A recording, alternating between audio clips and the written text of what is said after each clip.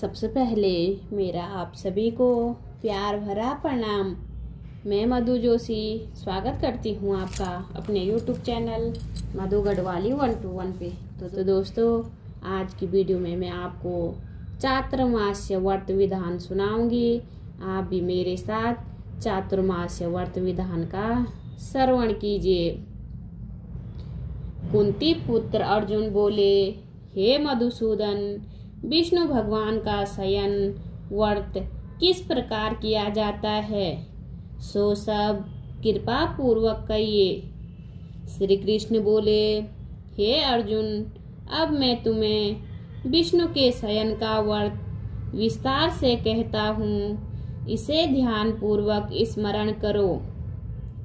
जब सूर्य नारायण कर्क राशि में स्थित हो, तब भगवान विष्णु शयन करते हैं, और जब सूर्य नारायण तुला राशि में आते हैं, तब भगवान उठते हैं। लोंद अधिक माह के आने पर भी विधि इस प्रकार रहती है। इस विधि से अन्य देवताओं को शयन न कराना चाहिए। आषाढ़ मास के शुक्ल पक्ष की एकादशी का विधि पूर्वक व्रत करना चाहिए।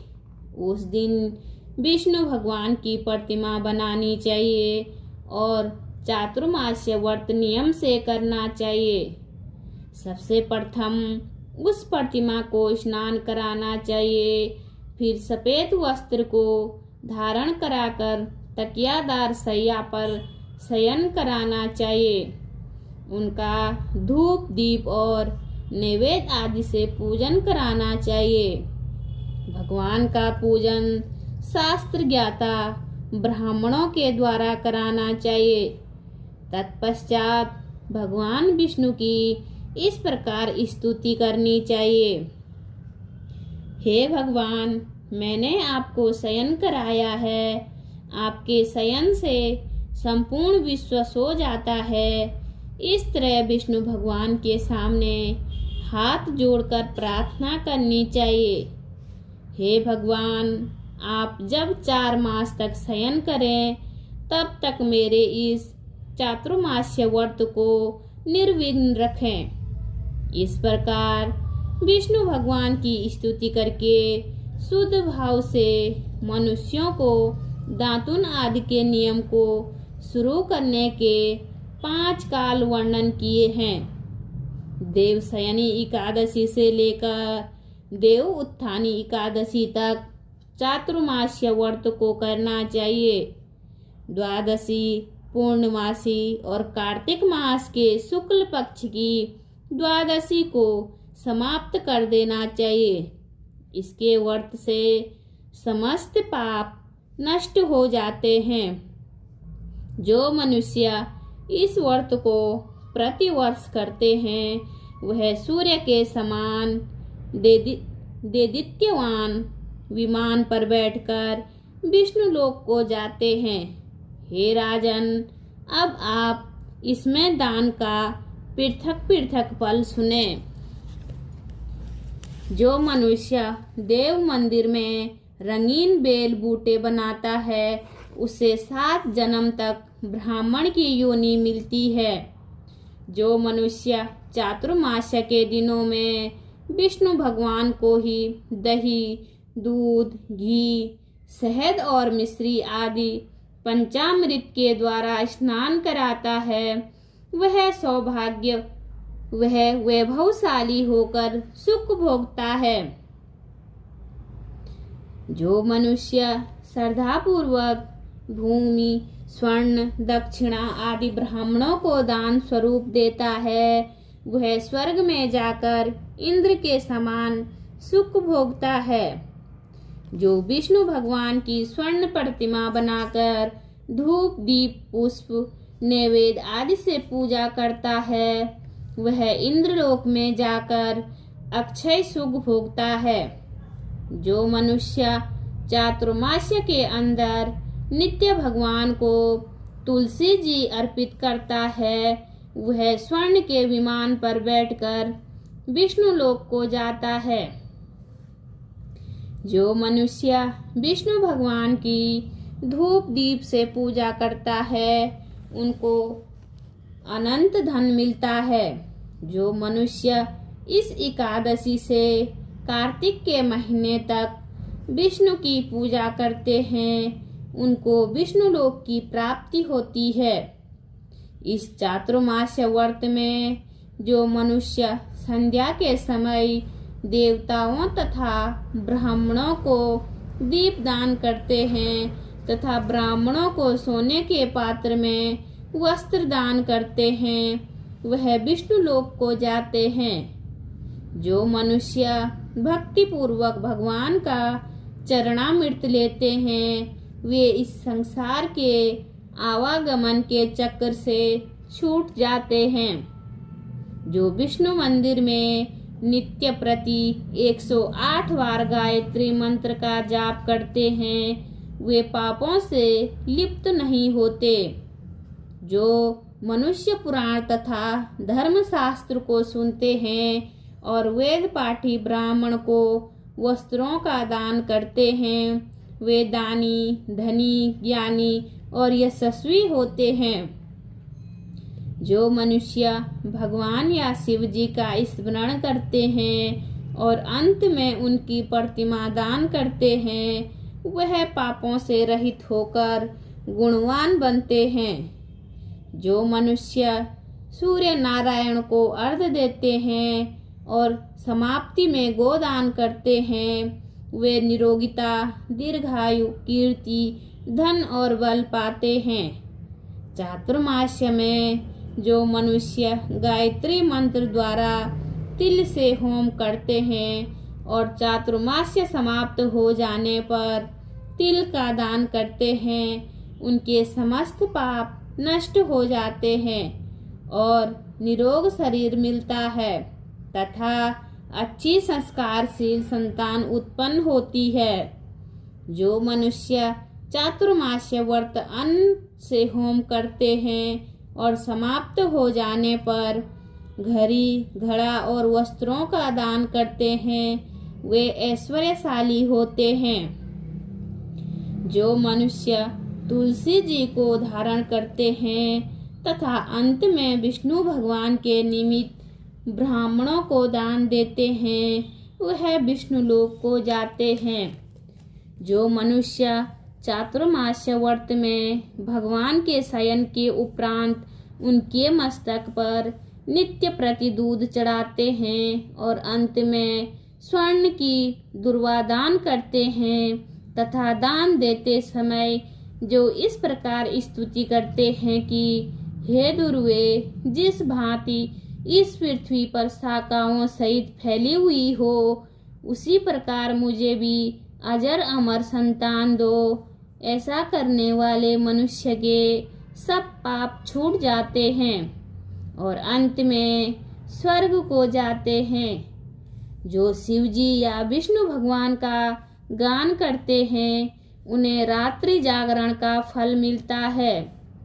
जो मनुष्य चातुर्मास्य व्रत करते हैं उनको उत्तम ध्वनि वाला घंटा दान करना चाहिए और इस प्रकार स्तुति करनी चाहिए, हे भगवान, हे जगदीश्वर, आप पापों का नाश करने वाले हैं। मेरे न करने योग्य कार्यों को करने से जो पाप उत्पन्न हुए हैं आप उनको नष्ट कीजिए। चातुर्मास्य व्रत के अंदर जो नित्य प्रति ब्राह्मणों का चरणामृत पान करते हैं वे समस्त पापों तथा दुखों से छूट जाते हैं और आयुवान लक्ष्मीवान होते हैं। चातुर्मास्य में प्राजापत्य तथा चंद्रायण व्रत पद्धति का पालन भी किया जाता है। प्रजापत्य व्रत को 12 दिनों में पूर्ण करते हैं।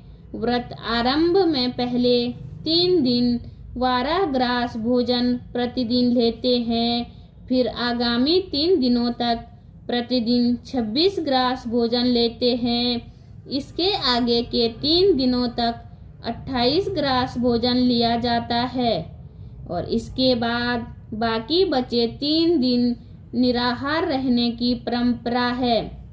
इस व्रत के करने से मनोकामना पूर्ण होती है।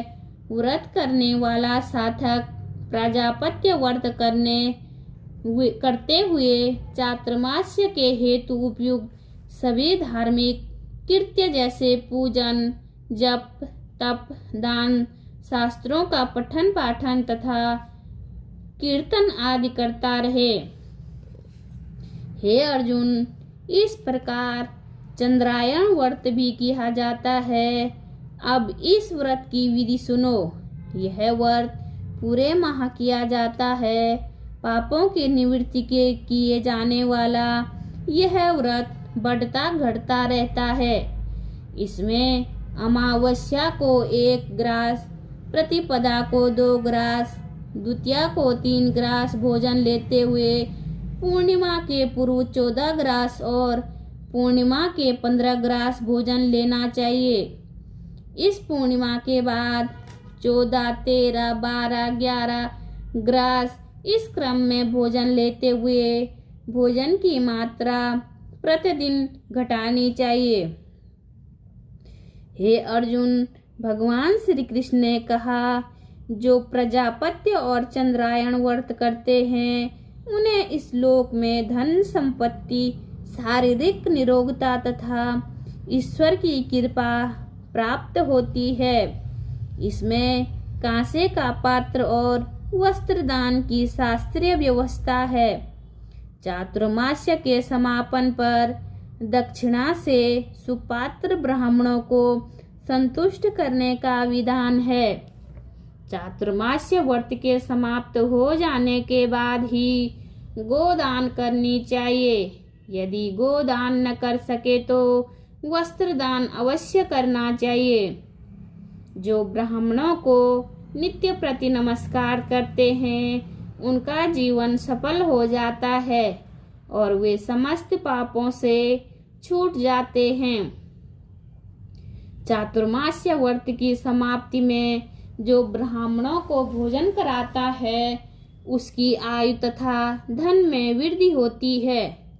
जो अलंकार सहित बछड़े वाली कपिला गाय वेद पाठी ब्राह्मणों को दान करते हैं वे चक्रवर्ती आयुवान पुत्रवान राजा होते हैं और स्वर्लोक में प्रलय के अंत तक इंद्र के समान राज्य करते हैं। जो मनुष्य सूर्य भगवान तथा गणेश जी को नित्य नमस्कार करते हैं उनकी आय तथा लक्ष्मी बढ़ती है और यदि गणेश जी प्रसन्न हो जाए तो वह मनोवांछित फल पाते हैं। गणेश जी और सूर्य की प्रतिमा ब्राह्मण को देने से सब कार्यों की सिद्धि होती है। जो मनुष्य दोनों ऋतुओं में महादेव जी को प्रसन्नता के लिए तिल और वस्त्रों के साथ तांबे का पात्र दान करते हैं उनके यहाँ स्वस्थ सुंदर शिव भक्त संतान होती है। चातुर्मास्य व्रत की समाप्ति पर चांदी या तांबा पात्र गुड़ और तिल के साथ दान करना चाहिए।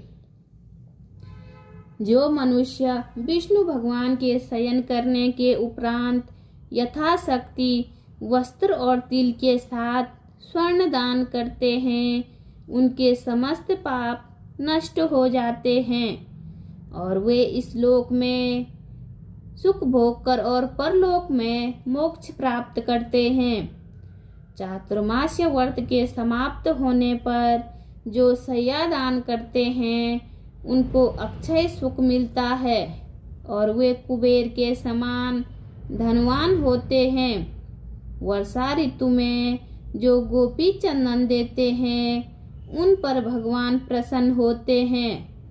चातुर्मास्य में एक बार भोजन करने वाला, भूखे को अन्न देने वाला, भूमि पर शयन करने वाला अभिष्ट को प्राप्त करता है। इंद्रिय निग्रह और चातुर्मास्य व्रत का अनंत फल प्राप्त किया जाता है। श्रावण में शाक, भादो में दही, आश्विन में दूध और कार्तिक में दाल का त्याग करने वाले निरोगी होते हैं। चातुर्मास्य व्रत का पालन करने पर उद्यापन किया जाता है। जब भगवान को शयन त्यागने का अनुरोध करें तब विशेष पूजन करना चाहिए। इस अवसर पर निर्विभानी विद्वान ब्राह्मण को अपनी क्षमता के अनुसार दान दक्षिणा देकर संतुष्ट करना चाहिए। हे पांडुनंदन, देवशयनी एकादशी और चातुर्मास्य का महात्म्य पुण्य फलदायी है। इससे मानसिक रोगों की शांति और भगवान विष्णु के प्रति निष्ठा बढ़ती है। चातुर्मास्य भगवान विष्णु की कृपा प्राप्त करने के लिए लगभग 4 माह तक किए जाने वाला व्रत है। इस व्रत को देवशयनी से देव उत्थान एकादशियों से जोड़ने से प्रभु के प्रति अपना अनुराग दृढ़ होता है। चातुर्मास्य चौमासे में जब भगवान श्री हरि विष्णु शयन करते हैं उस समय कोई भी मांगलिक कार्य नहीं किए जाते हैं। मांगलिक कार्यों का आरंभ देव उत्थानी एकादशी से पुनः प्रारंभ करते हैं। बोलिए विष्णु भगवान की जय। उम्मीद करती हूँ आपको वीडियो पसंद आई होगी। वीडियो पसंद आए तो वीडियो पे लाइक कीजिए, कमेंट कीजिए, अपने दोस्तों के साथ शेयर कीजिए। चैनल पे नए हो तो सब्सक्राइब ज़रूर कीजिए। मैं मधु जोशी मिलती हूँ आपको अगली वीडियो में। तब तक के लिए बाय बाय, धन्यवाद।